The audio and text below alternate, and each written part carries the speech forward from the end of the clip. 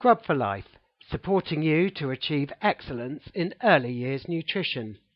At Grub for Life, we believe good nutrition should start from an early age. It's the key foundation for children's health and development. We're passionate about helping you to serve great nutritious food and to feel confident in advising parents about healthy eating for their children.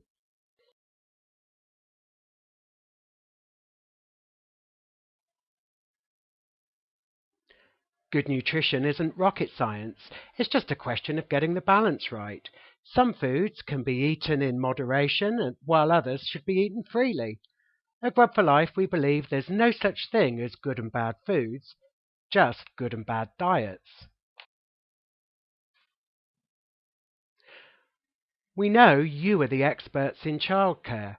This session is about helping to build your food and nutrition knowledge. Your role in feeding the next generation cannot be overestimated. You can influence how a child eats for the rest of their lifetime. But don't worry, Grub for Life are going to help make sense of the science of nutrition.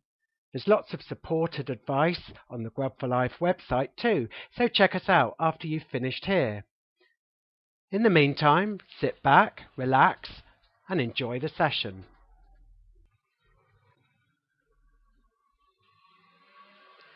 Today's session is about food allergy and food intolerance management.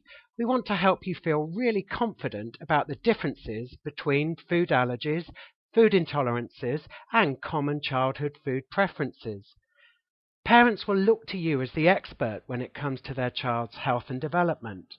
We want this session to help you feel really confident when you're talking to parents about food.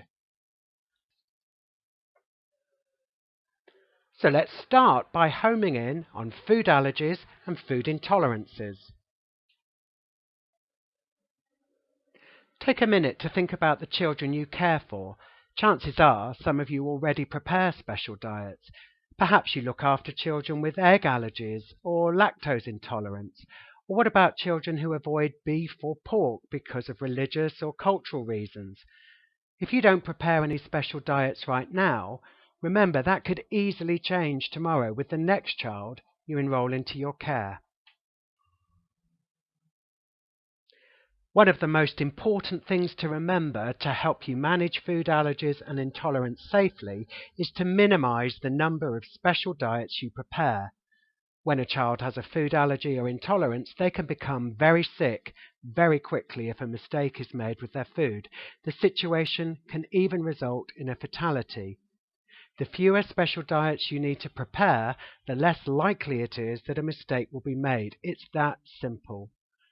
Children with food preferences do not need to be placed on special diets.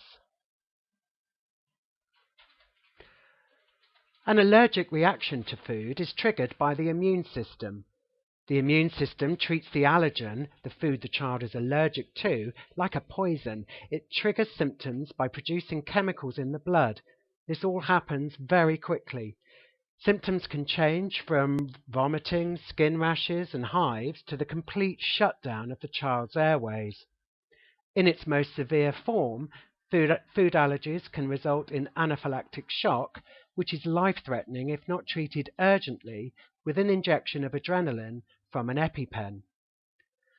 Food allergies are less common than you might think, affecting up to 8% of children. Some children go on to grow out of their allergies, but this tends to be after the age of 5. Food allergies should always be diagnosed by GPs or specialist allergy clinics. Food intolerance is quite different from food allergy because it's a digestive problem and doesn't involve the immune system. This means symptoms can take up to 36 hours to develop after a child eats the culprit food. Because the immune system's not involved in food intolerance, there are no changes in the blood which can be measured. Symptoms are usually linked with the digestive system. They can include vomiting, diarrhea, bloating, abdominal pain, and of course all of these are very similar to symptoms connected with other childhood problems. Food intolerance, therefore, is difficult to diagnose. It's also very difficult to work out which food a child is actually intolerant to. There are lots of food intolerance tests available over the internet and from health food stores. None of these are clinically valid. Many will give a false positive result. The only reliable food intolerance diagnosis is following an exclusion diet, where most foods are removed from the diet over a period of time and very gradually reintroduced while symptoms are monitored very carefully.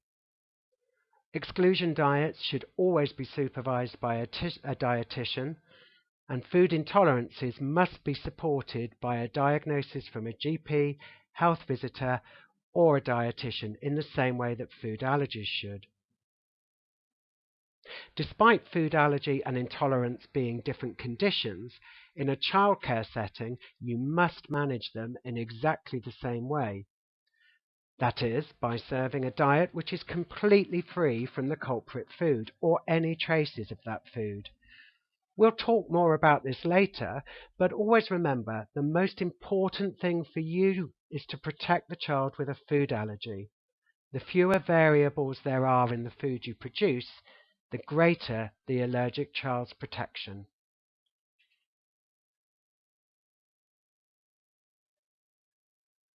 So let's recap on food allergy.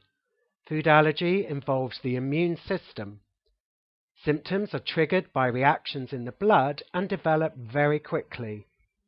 They can affect the skin and the airways, as well as causing general upset tummies. Food allergy symptoms tend to get worse each time a child is exposed to the allergen, and eventually symptoms can become life-threatening when anaphylactic shock develops. Managing special diets is all about protecting the minority of children who suffer from true food allergies. So what else can you do to protect the allergic child? Well, the terms food allergy and intolerance are frequently confused with food preferences, but you must not confuse them. Food preferences are very common. If you prepare special diets for every child who experiences a food preference, you'll be at very high risk of making a child with food intolerance very unwell, or worse still, a child with food allergy becoming critically ill while in your care. Enrollment is the critical time to identify the child with an allergy or intolerance. It's not your job to diagnose, leave that to the health professionals, but it is your job to ask for the relevant information to support diagnosis of a food allergy or intolerance. A doctor's letter is a vital piece of insurance for you and the children in your care. Asking for a doctor's letter shows you to be a professional childcare expert. It also helps parents to understand that allergies and intolerances are medical conditions, while fussy eating is more about challenging behaviour. So what about food preferences? We all have foods we like and dislike. Food preferences are very real. Some children will never learn to love foods like Brussels sprouts or couscous, and that's okay. However, many food preferences can be overcome and quickly left behind as a child grows and develops. 3/4 of children develop food preferences at some stage. It's very normal and a part of development. Think about children you've looked after who all of a sudden refused to eat toast because it was just a little bit too dark, or wouldn't eat biscuits because they were broken. Others may have quite a limited range of vegetables they'll eat, or maybe they struggle with foods that need a lot of chewing. Food preferences can often be linked back to late weaning or an overdependence on milk, or through the influence of adults, and that includes child carers. Imagine the child hearing their child carer saying, "Oh, I can't stand eating cabbage, it stinks." Chances are that child's never going to learn to love cabbage either. No child should ever be forced to eat foods they really don't like, but they should be encouraged to try new foods. Did you know it can take almost 13 introductions of a new food before a child really accepts it? Food preferences can be overcome by using foods in play or to do artwork with food. Children will often touch, smell, and even taste the food if they're not in a formal eating situation. It doesn't usually work to hide foods. Let children see sprouts or mushrooms whilst they're on their plate. If they don't find them until they're in their mouth, it could make the problem really even worse. Getting children involved in preparing, peeling, chopping vegetables and fruit is a great way to tempt them to try them. It takes time, but just like other challenging behaviour, most food refusal will eventually pass.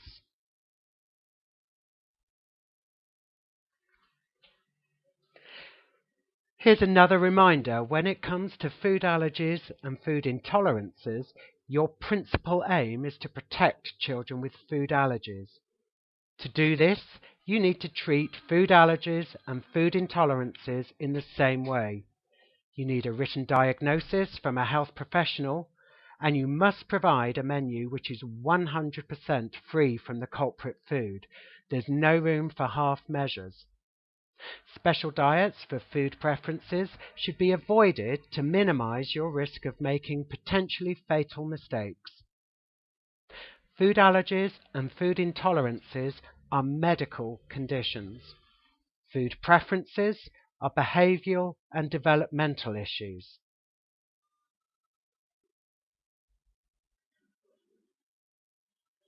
"90% of food allergies are linked to what we call the big 8 ingredients. You might well know someone who's allergic to shellfish, eggs, fish, or nuts. There is another group of the next most common allergens, appearing now on the right of your screen. These are very rarely seen as food allergies in children. The big 8 allergens always appear on food labels in the ingredients list. This is controlled by law. In the under 5s, peanut, milk, egg, and wheat allergies are the most common allergies you see. Most childcare settings are nut-free zones, so at Grub for Life, we focus our menus by adapting recipes for milk-free, egg-free, and wheat-free diets, and that's what we'll be looking at today. You may come across other food allergies, but don't worry. Follow the steps we teach you and take you through today, and you'll be able to cater for them just fine. Food labels are your most reliable source of information, if you know what to look for. However, they can be very confusing, even to the trained eye. The main thing is to remember, when it comes to food labels, always focus on the ingredients list. Treat any other information with caution. The ingredients list is the only ingredient information which is governed by law. Allergy advice panels making claims like "free from wheat" or information stating a food may contain certain ingredients like nuts are not legally binding. Information like this is purely voluntary. It's also included to protect the manufacturer very often, and not to inform you. So ignore it. Stick to the ingredients list. It's the only information you can trust. And thanks to new legislation, which came into force in January 2015, the ingredients list is even easier to decipher. The big 8 allergens have to appear on the list in an easy-to-see format that can be in bold print, italics, a different coloured font, or underlined. For the first time, loose produce bought from delicatessens, bakeries, or butchery counters at the supermarket or in standalone stores will have to declare they contain any of the big 8 allergens. This is a really helpful change. Unfortunately, the allergy advice panel and the may contain warnings can still be appearing on labels, but the advice remains the same. These are not governed by law. Stick to the ingredients list as the trustworthy information on food labels.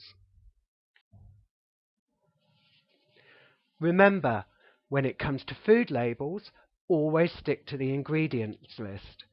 Don't be put off if it looks a bit like a chemistry lesson.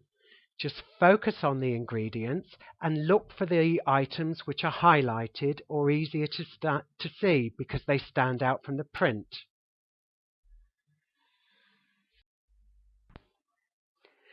Here are your golden rules then for managing food allergies in a childcare setting.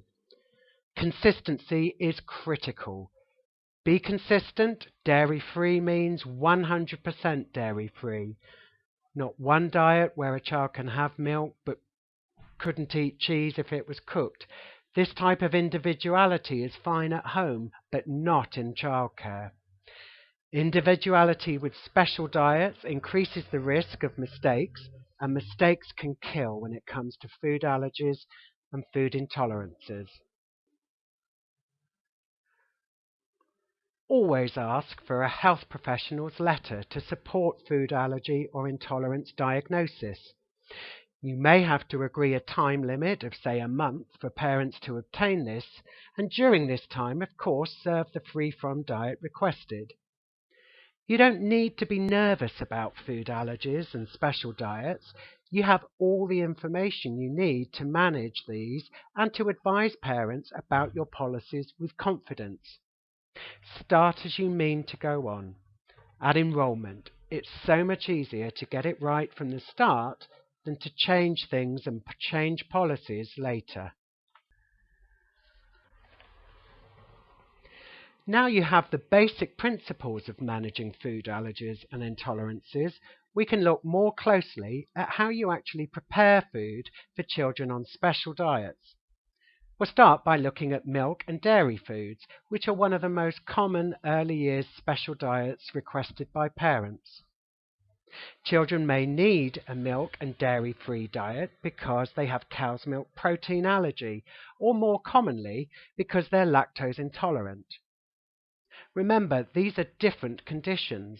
The child with cow's milk protein allergy reacts very quickly to the protein in milk, whilst the lactose intolerant child cannot digest lactose, the sugar in milk. Different conditions, but in a childcare setting, both conditions must be treated in exactly the same way, with a 100% dairy-free diet. There are all kinds of different animal milks available nowadays, like sheep's milk or buffalo milk. Goats, sheep, and buffaloes all come from the same family of animals as cows. They're all ruminants or bovines. Their milk contains very similar proteins and all contain lactose. Therefore, they're not suitable for a dairy-free diet. We'll come back to talk about the more suitable alternatives to cow's milk in a moment. First, let's look at where you'll find milk in the diet. Some foods are very obvious sources of milk, and you can usually find a selection of free-from alternatives to use without much trouble. Other food with hidden ingredients are more tricky. These are foods where you really wouldn't expect to find milk in the list of ingredients. For instance, would you expect to find dairy in a stock cube or in a packet of crisps? Some brands contain traces of dairy, others don't. It's only by looking in the ingredients list that you know which brand is okay and which isn't. The hidden milk ingredient is usually there for food manufacturing reasons rather than for taste, which is why you mustn't assume foods are free from allergens until you check the ingredients list. Soya milk and soya milk products like yogurts and custards are the first choice alternatives for a dairy-free diet. Soya contains a high level of protein, and soya foods are usually fortified with calcium, so they're very nutritionally similar to cow's milk. Other vegetable milks, like oat milk or milk made from peas, are available, but these have low levels of protein and are not always fortified with calcium, both very important nutrients for young children, so these milks are not recommended as good choices for dairy-free diets. Most childcare settings are of course nut-free, so alternatives like almond milk are also unsuitable.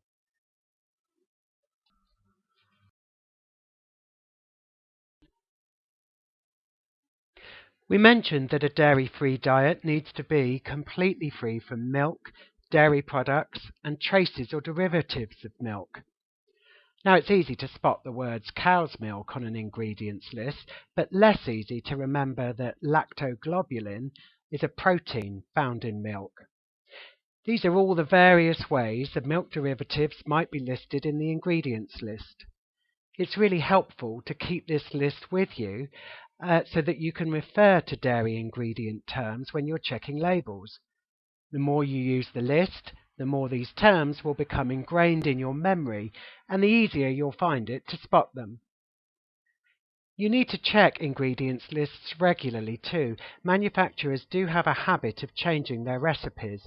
You can't assume just because a brand of stock cubes is dairy-free today, it will always be that way, so check every time you buy.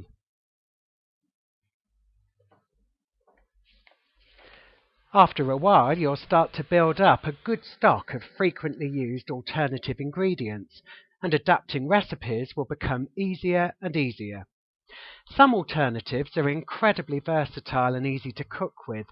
Others, like soya cheese, do take a little practice, but you can still create some really good tasting dishes. Remember, you can always ask us at Grub for Life if you have trouble finding alternative ingredients or need some tips on how to use them. Here's one to get you started. You can use soft melting dairy-free cheese to make a really good creamy pasta sauce. You just gently melt the cheese over hot pasta.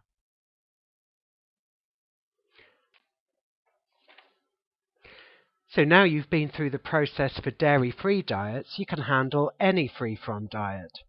Just follow exactly the same principles. Identify the obvious foods, use the ingredients list to find the hidden sources, and then build up your stock of free-from ingredients and plan your recipes which need adapting. Having the reference list of the culprit ingredients is really helpful. Here's the list of possible ways wheat can be listed as an ingredient. Most of them feature the word wheat, which makes it a little easier than dairy ingredients, but it's still a good idea to keep this list handy if you're checking for wheat-free products.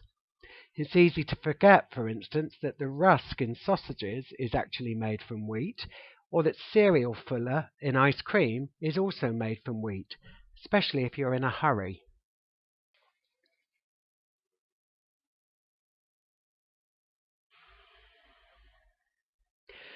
And the same goes for egg ingredients too. Some are really easy, but others are less obvious, like ovomucoid or ovoalbumin. Again, keep this list handy. You've always got it to refer to, and it's good to remember that ovo actually is the Latin word for egg. If you see ovo on ingredients lists, it always means that there's some egg involved. Well, congratulations! You're now an expert on managing and cooking for food allergies and intolerances. Once you've been through the enrolment process with families and are happy that a special diet is needed, just follow these simple rules. Check the ingredients list, adapt your recipe ahead of time, build up your stock of alternative ingredients, and of course, if in doubt, ask. We're always happy to help at Grub for Life. Let's give you one more reminder of the differences between allergies and intolerances. Food allergy is an immune reaction. It's a fast reaction and can potentially be life-threatening. Food intolerance is nothing to do with immunity. It's a digestive problem. As a result, symptoms are slow to develop, and it's very difficult to diagnose and identify the culprit food.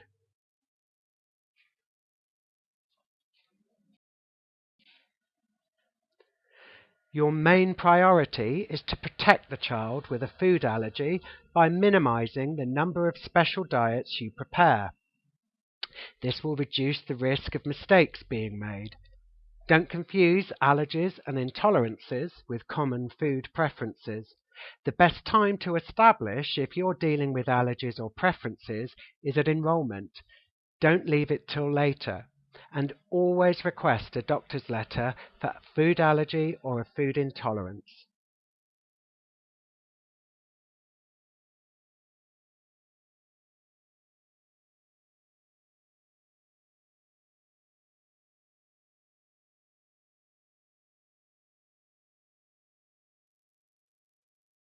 If there's no health professional's letter at the time of enrolment, agree a time period for this to be obtained, but of course offer the special diet during this time.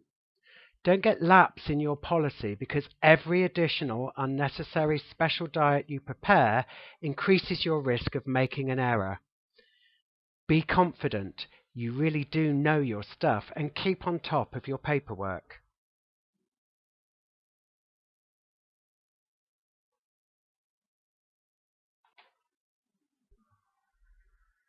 Food preferences are normal. You cannot safely prepare special diets for 75% of the children in your care, all of whom will probably have a food preference at some stage or another. That's just an accident waiting to happen.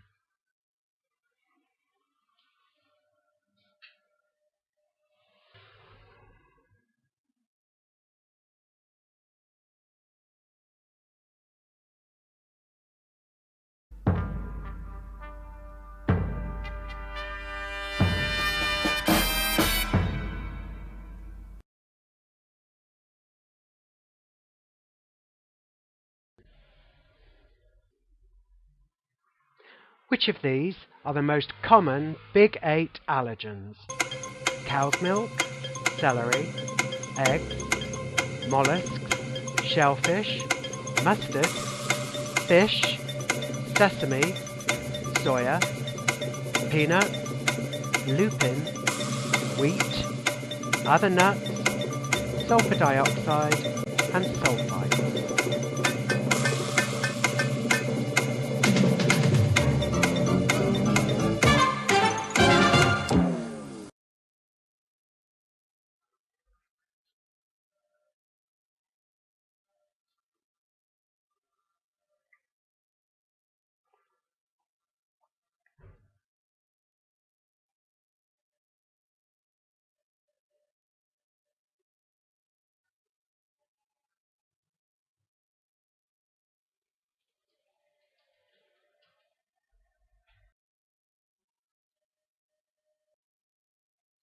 The most common Big 8 allergens are cow's milk, eggs, shellfish, fish, soya, peanuts, wheat, and other nuts, and these by law will always be highlighted on the ingredients list.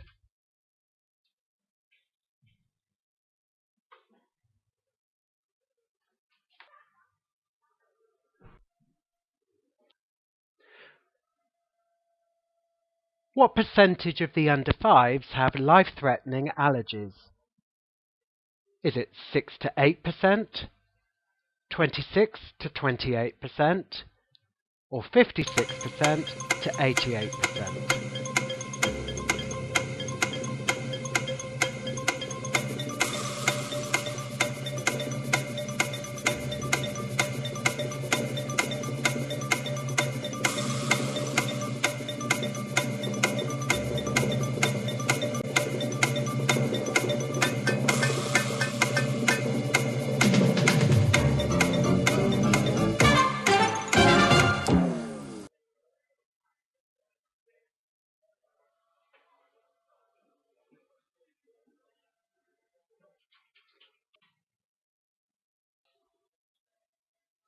And the answer is only 6 to 8% of children have a true food allergy.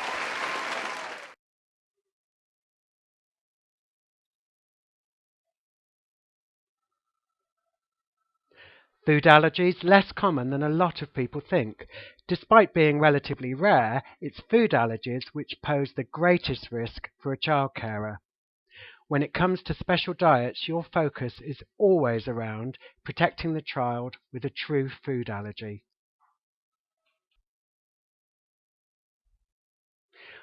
Now let's look at allergies and intolerances and preferences.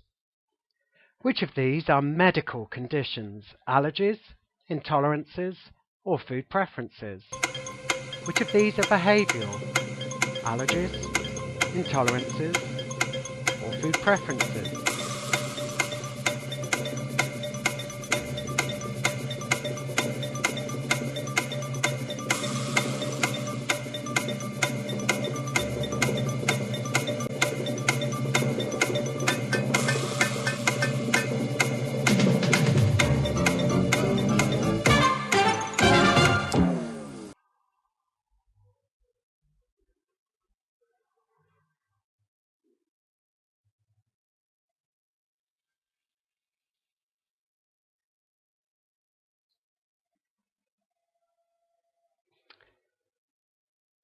And of course the answer is allergies and intolerances are medical conditions, while food preferences are behavioural.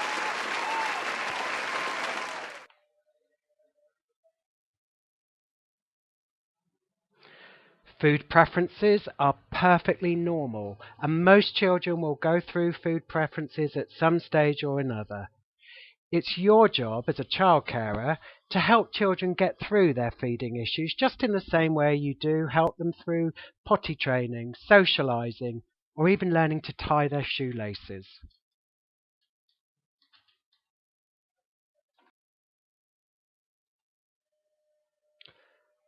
From January 2015, do allergens have to be highlighted on the ingredients list using bold, italics, underlined or coloured font? Is that true or false? The allergen information has to appear at delicatessen, bakery and butchery counters. Is that true or false? And may contain nuts warnings are relating to equipment that has been used in processing or the factory that's been using processing. Are these compulsory by law? True or false?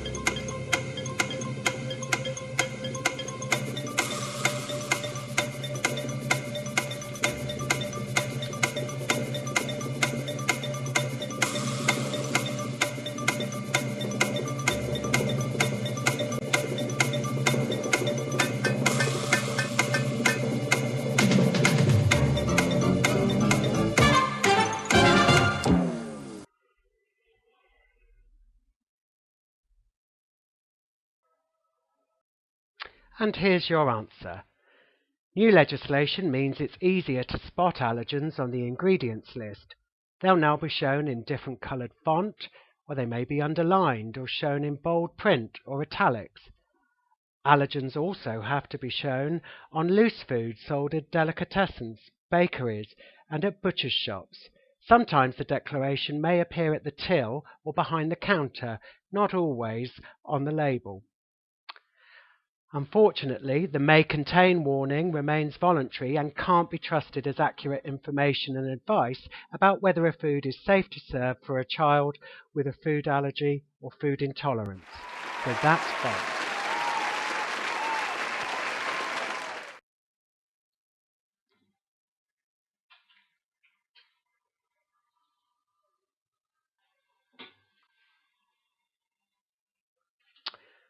Which of these can be used for a milk allergic or lactose intolerant child?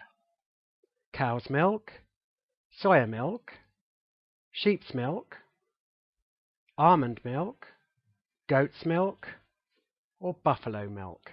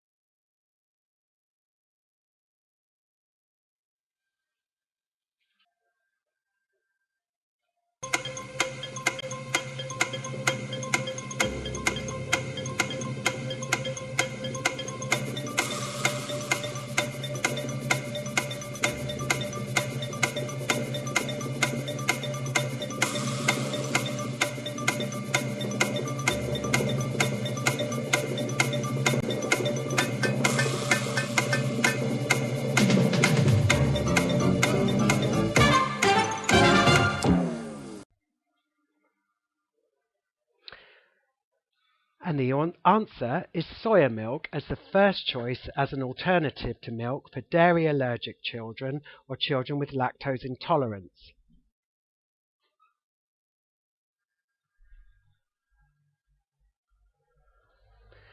Almond milk cannot be served to children in childcare settings with nut-free policies. Cow's milk, sheep's milk, goats and buffalo milks all contain ingredients which could cause reaction in children with milk allergies or intolerances.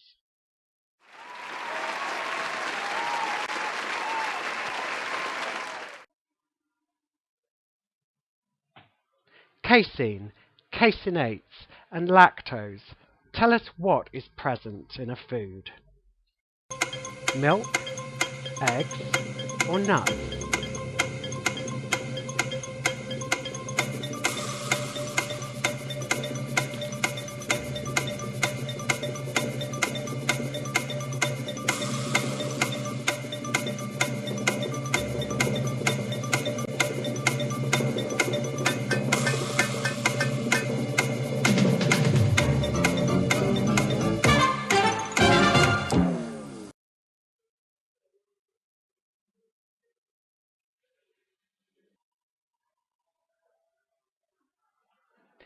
And the answer is milk. Casein, caseinates and lactose are all derivatives of milk.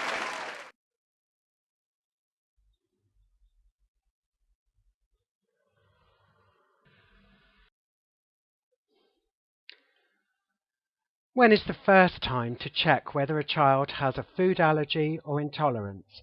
When they enroll, when they attend their first day, or when they present with signs that they may be unwell?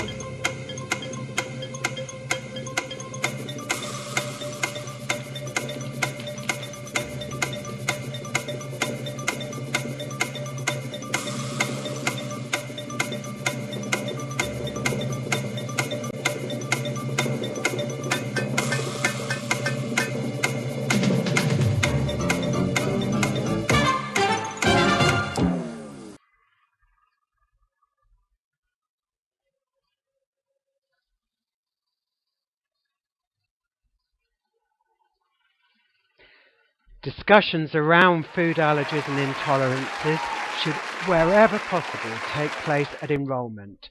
Start as you mean to go on.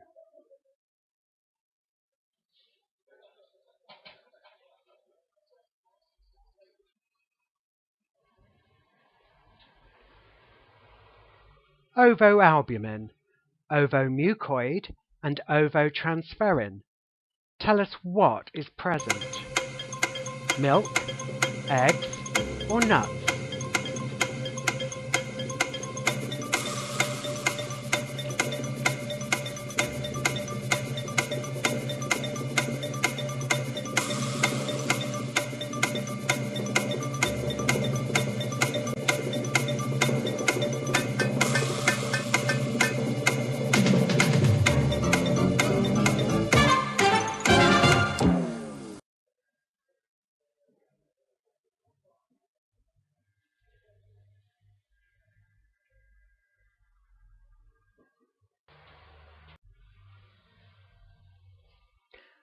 Ovo is the Latin word for eggs, so when you see any of these words, you always know egg is present in a food.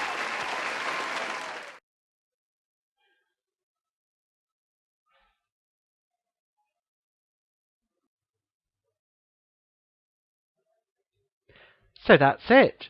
You can now separate food allergy and intolerance from common food preferences. You have all the tools you need to spot the allergens in food and choose the most nutritious alternatives. You can talk with confidence to parents about the food allergies and manage them effectively in your childcare setting.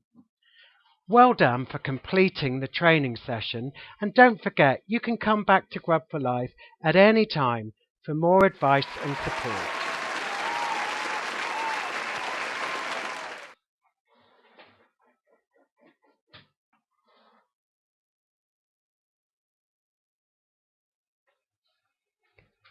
Grub for Life.